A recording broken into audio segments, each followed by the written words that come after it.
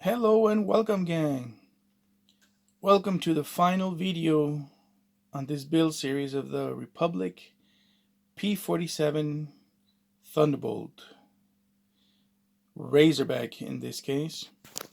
As you can see from the instruction picture there, this kit is from the Testors 148 scale P-47D Thunderbolt, as you can see, and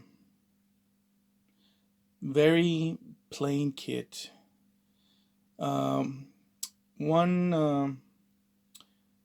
follower on the I can't remember which Facebook page it was. I forget to. I'll probably write it down below in the description. But he said that this kit is a remake from the what was it, Hawk kit. So this kit is very plain, raised panel lines, and yeah, very basic kit. I mean, it's definitely for beginners, but I don't even remember the reason I bought it for. I figured out I could do something with it. And, sure enough, years later, it's finally here. So I'm happy to present to you the finished Razorback version of this kit. As you can see there, I think it looks pretty tight. The reason, not reason, but my motivation for finishing up this kit was from, as I've shown you before. Let me reach for the magazine here. Hold on a second. So I'm prepared, like always. But my motivation was this right here. From this picture. So that's what made me finish this kit. And well, I've showed you in other videos that magazine, so I'll skip on that. But here it is, the finished product. I'm so happy the way it came out, guys and gals, kids of all ages. I'm really happy. I honestly didn't think I would make it to oh my gosh, I can't even think. I didn't think I'd make it out this far, finishing it, and to finish it decently. I'll say that. I don't want to be so modest, but I want to give myself a little pat on the back. God, I had problems with this. I won't lie to you. Mostly in painting, but we got through it. Or I got through it with patience and diligence and just driving forward. So as you can see there, I used kit decals with a few exceptions. Let me see. The instruction page, the decals that I used were for this version, since it's basically almost the same. Well, as far as invasion stripes anyway.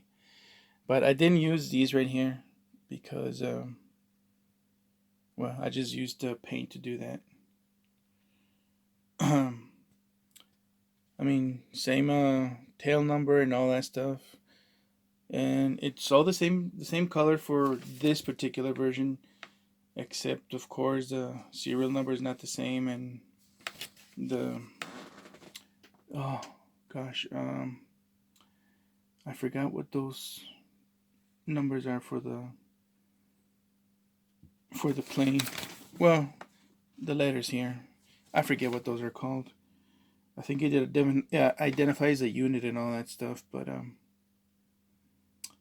yeah. So, anyways, what can I say about it then? Well, I guess I'll just recap. So basically, I rescribed the entire kit. Well, not exactly the entire kit. I rescribed the fuselage. Rescribed the upper wing portions with the exception of this one because I basically forgot to do most of it. But you can't really tell, to be honest. But as you can see, I did rivet the kit.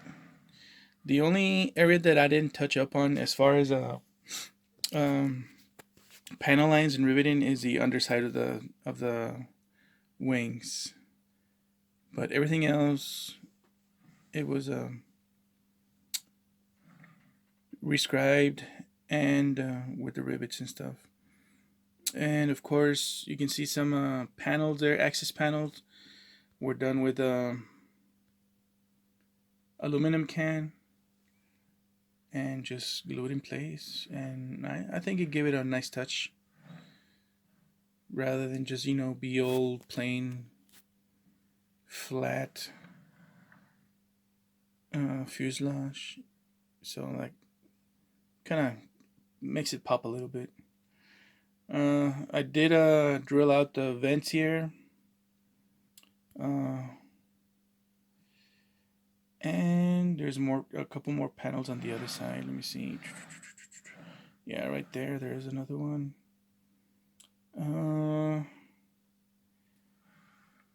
What else did I do? Of course, the exhaust.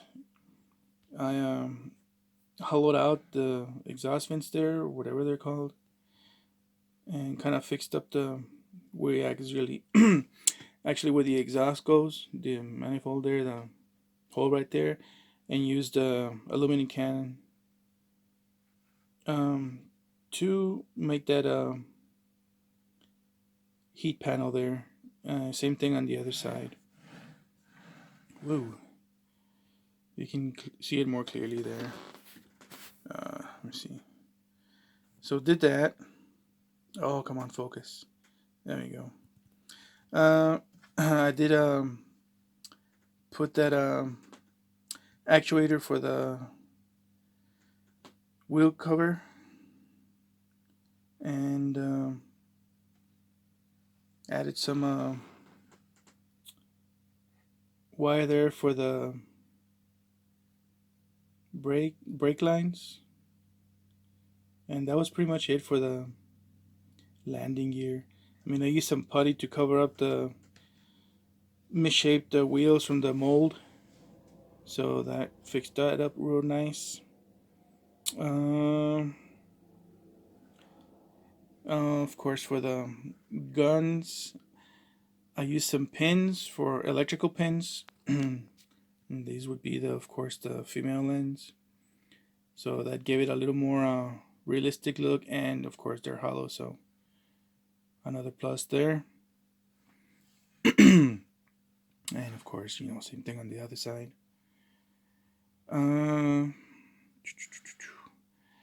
For the position lights, I just used some clear sprue and shaped it to, or sanded it to shape. There we go. That's what I wanted to say. Rather than just have the plain plastic and then just paint it, but that gave it a nice touch, I think. And it looks better, I think, than just painting it with the clear over the plastic. So I figured the clear plastic would make it better, or look a little bit better. Of course, added the antenna wire there, and just drilled some holes in there and there, and then I just stretched the rest of it with a burnt matchstick. Just put it in there carefully so the plastic would stretch out, and that was that. The decals, of course, you can see they're pretty opaque, so you can see the outline of the black invasion stripe there. I was thinking of airbrushing white on there, but I was like, nah, I don't want to take a chance in ruining the decal, so I just left it as is. I mean, It's not no contest kit, so I wasn't too worried about it. And did some weathering, of course. Used some excuse me, um, oil paints and washes, and yeah, and did some scratch build interior pieces for the cockpit. Let me see if you can kind of sort of see there. And there you have that. There we go. The gun side, that's all scratch built too. That was challenging, but it was fun. Can't really see it too well there, but I'll put some pictures at the end of the video with a slideshow of some of the uh, work in progress pictures that I did, to the end. So I hope you guys enjoy that. But yeah. Let's see. The last thing that I did to this kit was seat belts. Those are scratch build. I'm happy the way they came out. And I basically just got the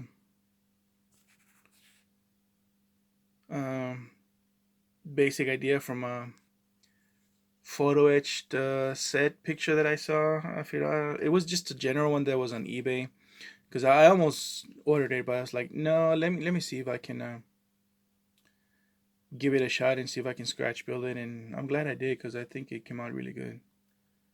It might not be entirely accurate, but at least the seat is not empty. So there's that. And all I used was just masking tape and some really thin styrene sheet, so I could make the seatbelt buckles and all that, and a really fine X-Acto blade. It was time consuming, but I'm surprised that I even was able to make it. So I'm really happy about that. Again, it's not really probably real accurate, but it does the job. It serves its purpose. So yeah, it's done finally. I don't even know how many years I spent working in and out on this thing, but I think it's like 5 years. If I look at the videos on this, I think it spans all the way to what 2016, 2017, something like that. So a couple years. It's done. Oh yeah, let me show you the underside. Oops, what fell? Oh my gosh, what broke? Oh, okay, that was just a propeller. Oh yes, speaking of falling propellers, I'll show you that in a minute. Oh, come on, for reals. Hold on a second, guys. Let me pause this real quick. Alright, so now that of course that wasn't glued, and neither is the propeller, so that's why they fell off. But let me quickly show you the underside. Of course, oh yeah, the wheel well. That's all styrene sheet to cover up, because it was just hollow and open. And those little small rib braces. And if it could focus,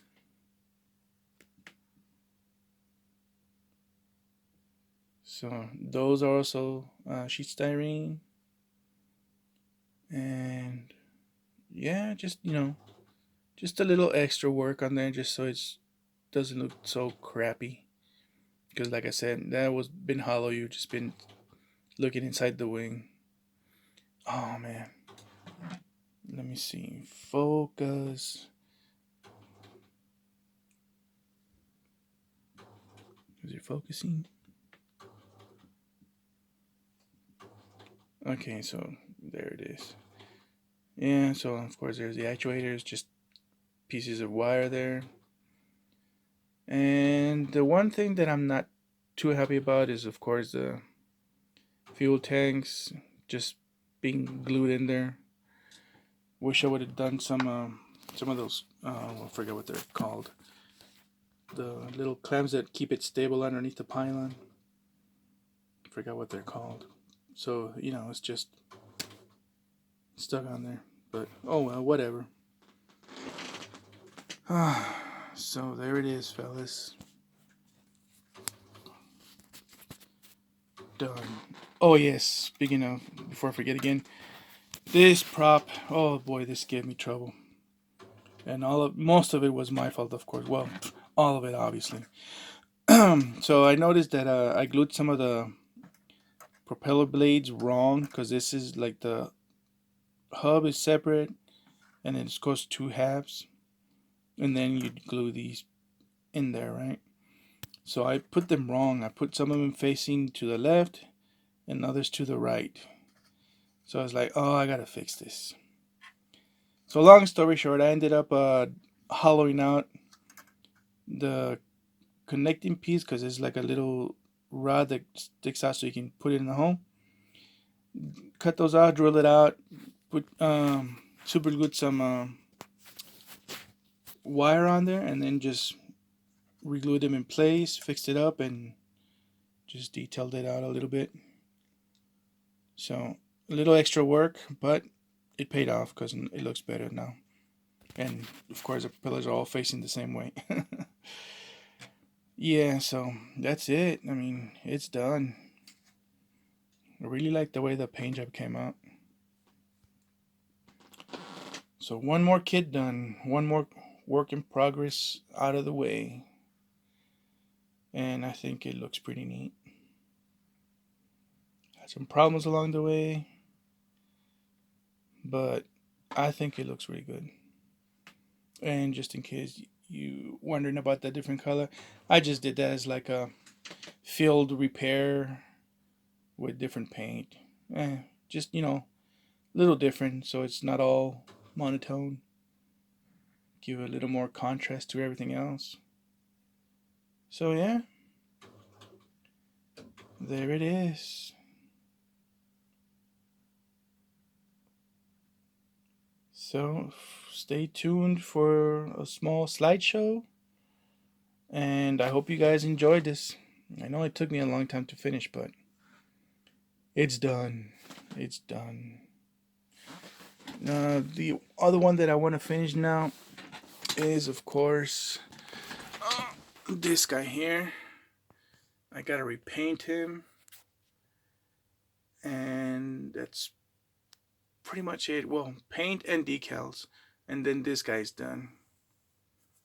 So can't wait to do that. It's coming along nicely though.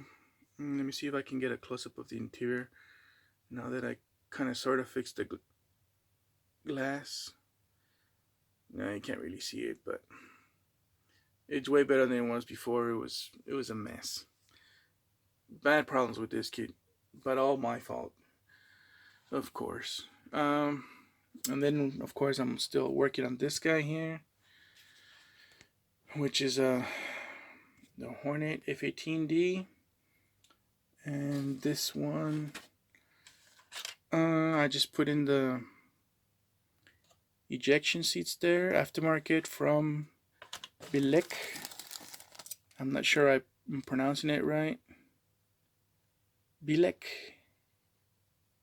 And I also have the electronics modules installed there on either side. Tight fit, boy. Oh man, I had to modify the cockpit a little bit, but it was just a test because this kit was even worse than the P-47. Oh, let me bring it out into the light so I can show you a little bit better. Oh, hold on a second. Hold on, guys. Alright, so as I was saying, here are the axis panels for the electronics bay. And yeah, this kit was, I don't know, if If you're familiar with like third-party kits from Gundams and Bandai, you know some of them are really bad. Well, consider this the equivalent, but for airplane kits. Here's a kit right there from Hobbycraft.